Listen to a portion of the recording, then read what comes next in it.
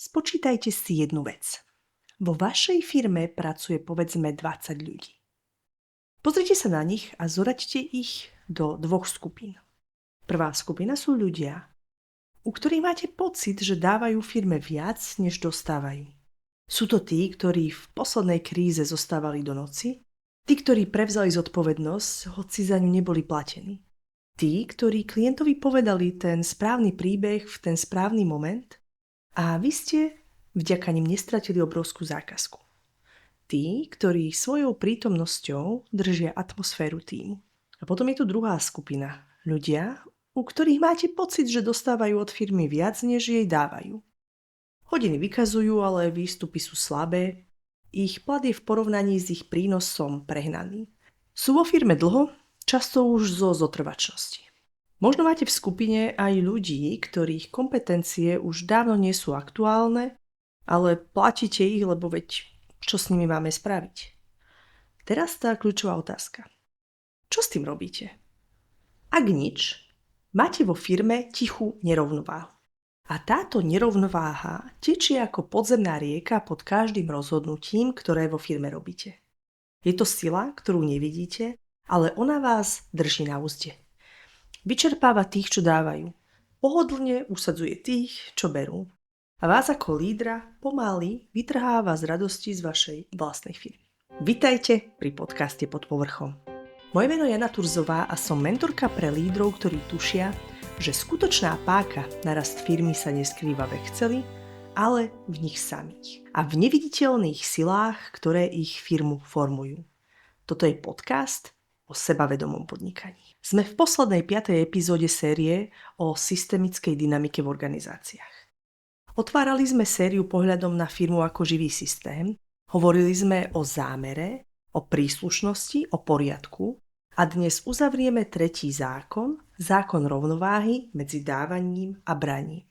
A na konci si povieme niečo, na čo ste možno celú sériu čakali, a to, že ako spoznáte, že váš systém je už zdravý. Aké signály vám firma posiela, keď je všetko tak, ako má byť. V tejto epizóde sa pozrieme na 5 kľúčových vecí. Poprvé, prečo rovnováha medzi dávaním a braním nie je o peniazoch, ale je to taká oveľa hlbšia rovnica, ktorá zahŕňa čas, energiu, dôveru, uznanie, zodpovednosť. Po druhé, 3 typy nerovnováhy, ktoré najčastejšie vidím u klientov a vo firmách. A ako každý z nich svojím spôsobom znižuje svoju výkonnosť, aj keď ste o tom nevedeli. Po tretie, prečo príliš dobrí majitelia ničia svoje firmy a prečo niekedy práve vaša láskavosť spôsobuje to, že systém zachvátia konflikty, ktorým absolútne nerozumiete. Po štvrté, povieme si 5 signálov zdravého systému. Konkrétne, pomenovateľné javy, ktoré uvidíte vo firme, keď 3 zákony, príslušnosť, poriadok a rovnováha fungujú úplne v harmónii. A po piate, konkrétny záverečný protokol pre celú sériu. Ako odnes pristupovať k systému vo svojej firme s novým vedomím a čo robiť ako prvú vec po vypočutí celej série. Diagnóza dnešnej epizódy znie. Vo vašej firme prebieha nepretržitá tichá výmena a keď si neuvedomujete, čo a komu dávate a čo od koho dostávate, vznikne dlh, ktorý systém vyrieši po svojom. A často sa vám to nebude páčiť. Anton de Croo, ktorého sme už spomínali aj v predchádzajúcich epizódach, to popisuje veľmi pekne. Hovorí, že každý vzťah, či už medzi dvomi ľuďmi alebo medzi človekom a organizáciou, je v skutočnosti neustále prúdiaca výmena. Niečo dávate, niečo dostávate. A toto sa deje na desiatkách úrovní súčasne. Na úrovni peňazí, času, pozornosti, dôvery, uznania, lojality, energie či odpúšťania. A systém má svoju vnútornú váhu. Tá váha si pamätá. Aj keď vy zabudnete, koľko ste niekomu dali. Aj keď ten druhý zabudne, koľko od vás dostal. Systém to vie a vždy sa snaží vrátiť do rovnováhy. A keď je rovnováha narušená, systém si ju vyrovná po svojom. Niekedy cez výpoveď, niekedy cez chorobu, niekedy cez konflikt. Niekedy cez to, že niekto sa zrazu zachová úplne nepochopiteľne. Ale vždy ide o jedno. Systém hľadá rovnováhu. A teraz tá zaujímavá vec. Drvivá väčšina podnikateľov si myslí, že rovnováha je o peniazoch. Plat je odmena za prácu. Lenže to je iba malá časť tejto rovnice. Predstavte si zamestnanca, ktorý už 15 rokov drží dôležitú pozíciu. Platíte ho dobre, povedzme 3500 eur mesačne. Z hľadiska peňazí je to v poriadku. Trh, kompetencie, to sedí. Ale teraz si predstavte, čo všetko ten človek dáva nad rámec peňazí. Pozná všetkých vašich klientov, ich nálady, ich zvyky. Drží firemné spomienky. Vie, prečo niečo robíte takto a prečo niečo robíte inak. Tlmí konflikty v tíme, učí mladých kolegov roky bez toho, aby za to dostal niečo extra. Dvíha vám telefón aj v sobotu večer, keď príde nejaká kríza. A čo dostáva späť? Plat, áno. Nejaké balíčky, darčeky? Občas ďakujem na firemnom evente? No ale dostáva skutočné uznanie? A dostáva takéto systémové uznanie, že je súčasťou niekomu a vďaka nemu tieto veci fungujú? Dostáva pocit, že ho vidíte ako skutočného partnera alebo len ako zamestnanca? Ak nedostáva uznanie, ktoré zodpovedá tomu, čo dáva, vzniká v systéme dlh. A tento dlh skôr či neskôr exploduje. Možno ten človek raz odíde, keď mu zvýšite plat. Možno ochorie a možno sa dostane do konfliktu s iným zamestnancom, ktorý systémovo zastupuje tento problém. Možno len pomaly stratí motiváciu a do dôchodku odíde unavený a zatrpknutý. Systém hľadá rovnováhu. Nech to stojí čokoľvek. Bert Hellinger hovorí, že v každom systéme platí, že to, čo dostávate, by malo byť vyvážené tým, čo dávate. A naopak. Keď je to narušené, tak systém nie je v pokoji. Poďme sa na to teraz pozrieť cez 3 typy nerovnováhy, ktoré veľmi často vo firmách vidím. Prvá nerovnováha. Zamestnanec dáva viac, než dostáva. Toto je možno najčastejšia situácia vo firmách, ktoré vidím. A sú to tí najlepší ľudia. Tí, ktorým najviacej dôverujete. Tí, ktorí tú firmu skutočne budujú a ktorí jej pomáhajú rásť. A vy ako majiteľ ste si na to zvykli a beriete to ako samozrejmosť. A neberte to vôbec v zlom. Len je tu jeden taký malý fakt, že títo ľudia si takmer nikdy sami nepýtajú viac. Sú tak loajálni, sú skromní, sú zanietení. A vy ako majiteľ to beriete ako takú pohodlnú situáciu. A skutočne to môže byť úplne nevedomé a úplne bežne. Ten človek nikdy nič nepýta, veď keby chcel, tak on by povedal. Lenže systém o tej nerovnováhe vie a raz to ten človek bude chcieť späť. Buď fyzicky odíde, alebo psychicky vypne, vyhorí, stratí motiváciu. A vy nech budete zrazu chápať, že čo sa stalo, veď ja som mu nikdy nič zle neurobil. Druhá nerovnováha. Zamestnanec dostáva viac, než dáva. Toto je situácia, ktorú tiež možno poznáte. Niekto vo vašej firme zarába viac, no robí menej, je vo vyššej pozícii, než si zaslúži. A možno je to niekto z minulosti, bol kedysi šikovný a dnes už až tak nie je. Začal na tú robotu kašľať a poberá ten rovnaký plat. A možno je to niekto, koho ste prijali z toho, že ho máte radi, z nejakého kamarátstva, alebo možno zo záväzku. A možno je to niekto, koho jednoducho nemáte silu riešiť. A tak ho necháte robiť si tú prácu. A aj tu vzniká nerovnováha. A aj tu sa systém snaží vyrovnať. Lenže prejav je iný. Tento človek často stráca pomaly rešpekt aj sám voči sebe. Začne pociťovať, že jeho miesto vo firme je nezaslúžené a stáva sa cynickým, prefíkaným alebo sa pomaly samo znevýhodňuje. Môže tam byť aj to, že sa práve táto nerovnováha prejaví na inom oddelení alebo práve u iného človeka. Jeho prítomnosť otravuje tento systém, lebo všetci okolo vidia, že tam nepatrí alebo že si toto nezaslúži. A pýtajú sa, prečo toto ako majiteľ nerieši. Tretia nerovnováha. Majiteľ dáva firme viac, než od nej dostáva. A toto je možno najčastejšia situácia u podnikateľov, ktorí počúvajú tento podcast. Pracujete 12-14 hodín denne. Investujete každú voľnú minútu. Nosíte si starosti svojej firmy domov. Nemáte poriadnu dovolenku už roky a keď si ju aj doprajete, neviete si ju užiť. A čo dostávate? Možno peniaze a možno aj dosť. Ale vyrovnáva to, čo do tej firmy dávate. Keď tento dlh vznikne medzi vami a vlastnou firmou, vznikne paradox. Vašu vlastnú firmu začnete tajne nenávidieť. Hoci je vašim najväčším dieťaťom, najväčšou pýchou, hoci ste do nej dali toľko. Práve preto, lebo vám berie viac, než vám dáva. A nikto vám to nevracia. Riešenie je v tom, že potrebujete od svojej firmy začať si pýtať. Pýtať si voľný čas, pýtať si dovolenku, pýtať si rešpekt. Pýtať si peniaze, ale skutočne také, ktoré odzrkadľujú to, čo tam dávate. A keď zistíte, že vaša firma vám to nevie dať, máte dôležitú informáciu. Možno je čas niečo na tom zmeniť. A tu sa dostávame k veľmi nepríjemnej téme. Prečo príliš dobrí majitelia často ničia svoje firmy? Toto je niečo, s čím sa naozaj v praxi stretávam. Stretla som mnohých podnikateľov, ktorí sú naozaj vnútorne skutočne dobrí ľudia. Empatickí, štedrí, lojálni. Sú to lídri, ktorí by sa za svojich ľudí naozaj skutočne roztrhali. A práve tí majú často najväčšie problémy s rovnováhou. Ako to vyzerá?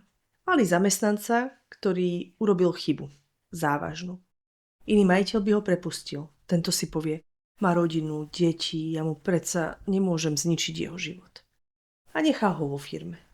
Lenže ten zamestnanec teraz vo firme zostáva s dlhom, ktorý možno nevie splatiť. Alebo nemôže ten dlh splatiť, lebo majiteľ si nič naspäť nepýta. A on sa s tým dlhom musí vyrovnať. A tak sa počase začne možno správať divne. Buď prestane byť lojálny, alebo naopak bude prehnane lojálny, až príliš. Alebo sa s dlhom nedokáže vyrovnať a začne firmu sabotovať. Alebo tak, systém je narušený a rovnováhu si bude pýtať. Riešenie je paradoxné a väčšinou sa nám nepáči. Keď niekto robí chybu, ktorá má dôsledky, musíme mu dať šancu, aby tú vec napravil. A nie v štýle odpúšťam ti, ale v štýle toto sa stalo a treba to vyriešiť, vyrovnať. Ako to môžeš urobiť? Možno cez prácu navyše? Možno cez vrátenie časti peňazí? Možno cez viditeľné prebratie zodpovednosti nad celým tímom? Ale dlh musí byť vyrovnaný. Inak ten dlh tam ostáva ako taká tichá sila, ktorá deformuje celý tento pracovný vzťah. A aby to nebolo len v rovine teórie, poviem vám príbeh klienta, volajme ho Adam. Adam mal IT spoločnosť so 40 zamestnancami a bol až príliš dobrým majiteľom, takým typickým. Empatický, citlivý, lojálny voči svojim ľuďom. Posledné 2 roky mu firma stagnovala a navyše začali vznikať divné napätia v tíme. Bolo to ťažké pomenovať, atmosféra bola napätá, obrat firmy stagnoval a najlepší ľudia mu začali pomaly odchádzať. Keď sme s Adamom prešli celý systém, vyšlo niečo zaujímavé. Mali tam jednu projektovú manažérku. Volajme ju Klára. Klára bola vo firme 9 rokov. Pred 3 rokmi mala vážny problém. Ako projektová manažérka veľkého projektu urobila obrovskú chybu, ktorá firmu stála takmer 60 000 eur. Bolo to naozaj veľa peňazí. Adam to zaplatil bez toho, aby sa s Klárou na tom akokoľvek dohodol. Ona sa síce ospravedlnila, on povedal, ja viem, to sa môže stať, ale jednoducho si nerob starosti. Stalo sa. No a pokračovali ako predtým. Lenže od tej chvíle začala byť vo firme trochu iná atmosféra. Klára sa začala správať čudne. Prehnane lojálne k Adamovi, ale necitlivo k ostatným. A ostatní jej to nemohli odpustiť, lebo intuitívne cítili, že ona má voči majiteľovi dlh, ktorý nikdy nezaplatí. A preto sa správa, ako keby Adam mal vždy pravdu. A ostatní ju za to začali ticho neznášať. Keď sme s Adamom o tom hovorili, tak povedal, ale veď ja som jej predsa odpustil, prečo by to malo byť stále tu niekde visieť vo vetre. A vtedy som mu povedala niečo, čo zmenilo trochu perspektívu. Odpustenie nie je to isté ako vyrovnanie. Vy ste jej síce odpustili. To je krásne gesto, ale systém nepotrebuje odpustenie. Systém potrebuje rovnováhu. A vy ste to spolu nikdy nevyrovnali. Adam to prijal dosť ťažko. Ale počase si sadol s Klárou a otvorene s ňou o tom hovoril. Klára, viem, že už je to 3 roky, ale chcel by som sa s tebou dnes konečne dohodnúť a dotiahnuť tú vec. Tá chyba stála 60 000 eur a ja som ti vtedy povedal, že to neriežme, ale systémovo to stále medzi nami niekde visí. A robí to problémy v tíme. Chcem, aby sme to spolu vyrovnali. A nie peniazmi, ja chápem, že toto nepôjde, ale chcem, aby si ten dlh prevzala vedome. Chcem, aby si v najbližšom roku prevzala iniciatívu na novom kľúčovom projekte. Chcem, aby si mi to akokoľvek vrátila, nie peniazmi, ale tým, že tomu dáš najviac, čo môžeš. A pomenuj to nahlas aj sebe a aj v tom tíme, že toto bola tvoja chyba a že si jej vedomá. Klára sa najprv urazila, nahnevala a potom sa zložila a nakoniec povedala, že áno. Lebo 3 roky niesla ten dlh a niekde sama vo vnútri stále cítila, že sa ho potrebuje zbaviť. Adam jeho prijatím z jej strany dal možnosť konečne sa s tým pomyselne rozísť. Klára prevzala nový kľúčový projekt a bol to ten najúspešnejší projekt firmy za posledných 5 rokov. Atmosféra v tíme sa zmenila, lebo ostatní intuitívne cítili, že dlh sa konečne rieši a že už to nie je len taká tá tichá sila, ktorá to tu pomaly a potichu ničí. Adam neskôr povedal: najťažšie bolo prijať, že moja láskavosť toto vlastne celé spôsobila. Že tým, že som povedal, že sa nič nedeje, som vlastne jej zobral tú možnosť, aby to ona dokázala napraviť. No poďme teraz k vašej úlohe. Ak nešoferujete, zavrite na moment oči. Spomeňte si na svoju firmu a položte si tieto 3 otázky. Prvá. Komu vo vašej firme niečo dlhujete? Komu ste za posledné roky niečo nedali, čo ste mali? Plat, uznanie, povýšenie, ospravedlnenie. Otázka 2. Kto vo vašej firme dlhuje vám? Niekto urobil niečo, čo nebolo systémovo vyrovnané? Niekomu ste odpustili tak, že ten človek dnes nesie ten dlh sám a nevie ho splatiť? Otázka 3. Ako stojíte vy voči vlastnej firme? Dáva vám tá firma toľko, koľko si od nej zaslúžite? Alebo ste v dlhej, tichej dobe, keď firma ťahá z vás viac, než vám späť vracia? A pre tých, čo idú radi, hlbšie, mám ešte jednu otázku. Aké tabu súvisí s peniazmi vo vašej firme? Sú to platy, ktoré sa nesmú znížiť? Sú to platy, ktoré sa nesmú zvýšiť? Je to spoločník, ktorý dostáva príliš veľa za to, čo nerobí? Tabu o peniazoch býva často priamym ukazovateľom porušenia rovnováhy. A keďže je to posledná epizóda z tejto 5-dielnej série, dovolte mi otázku. Ktorá z 5 epizód s vami najviac rezonovala? Ktorá vám otvorila niečo, čo by ste sami nikdy nevideli? Práve táto epizóda vám hovorí o tom, kde leží vaše najväčšie systémové prekvapenie. A teraz to, na čo ste možno čakali. 5 signálov zdravého systému. Aké znaky uvidíte vo firme, keď tieto 3 zákony fungujú v harmónii? Prvým signálom je, že ľudia hovoria otvorene o ťažkých veciach. V zdravom systéme nie je tabu. Hovorí sa o tých, ktorí odišli, o chybách, ktoré sa stali, o ľuďoch, ktorých sme stratili, o ťažkých rozhodnutiach. Nič sa neskrýva, nič sa nezamlčí. Signálom druhým je, že vo firme nevidíme cyklicky sa opakujúce problémy. Áno, problémy stále budú, to je súčasť života. Ale nie sú to tie isté problémy stále s inými ľuďmi. Keď riešite problém, riešite ho a uzatvárate. Nie, že sa potom o pár mesiacov alebo rokov vráti opäť v inej forme. Tretím signálom je, že noví ľudia sa adaptujú prirodzene a rýchlo. Keď zdravý systém prijíma niekoho nového, ten človek sa do neho zaradí bez nejakej drámy. Nemusí sa s nikým biť o svoje miesto, nemusí riešiť, koho zastupuje, príde, urobí, čo má a je prirodzenou súčasťou firmy.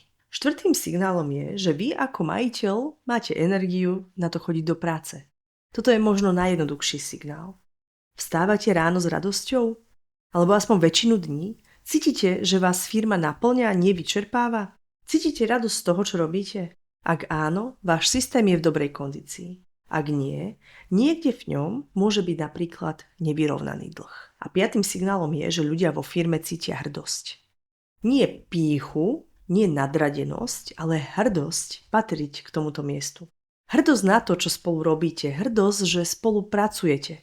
Toto je veľmi jasný signál, lebo hrdosť sa nedá na silu vytvoriť. Hrdosť rastie z toho, keď je systém harmonický. A teraz sľúbený záverečný protokol. Je to vlastne také odporúčanie do života. Prvý krok. Dajte si čas. Práca so systemickou dynamikou nie je nejaký rýchly fix.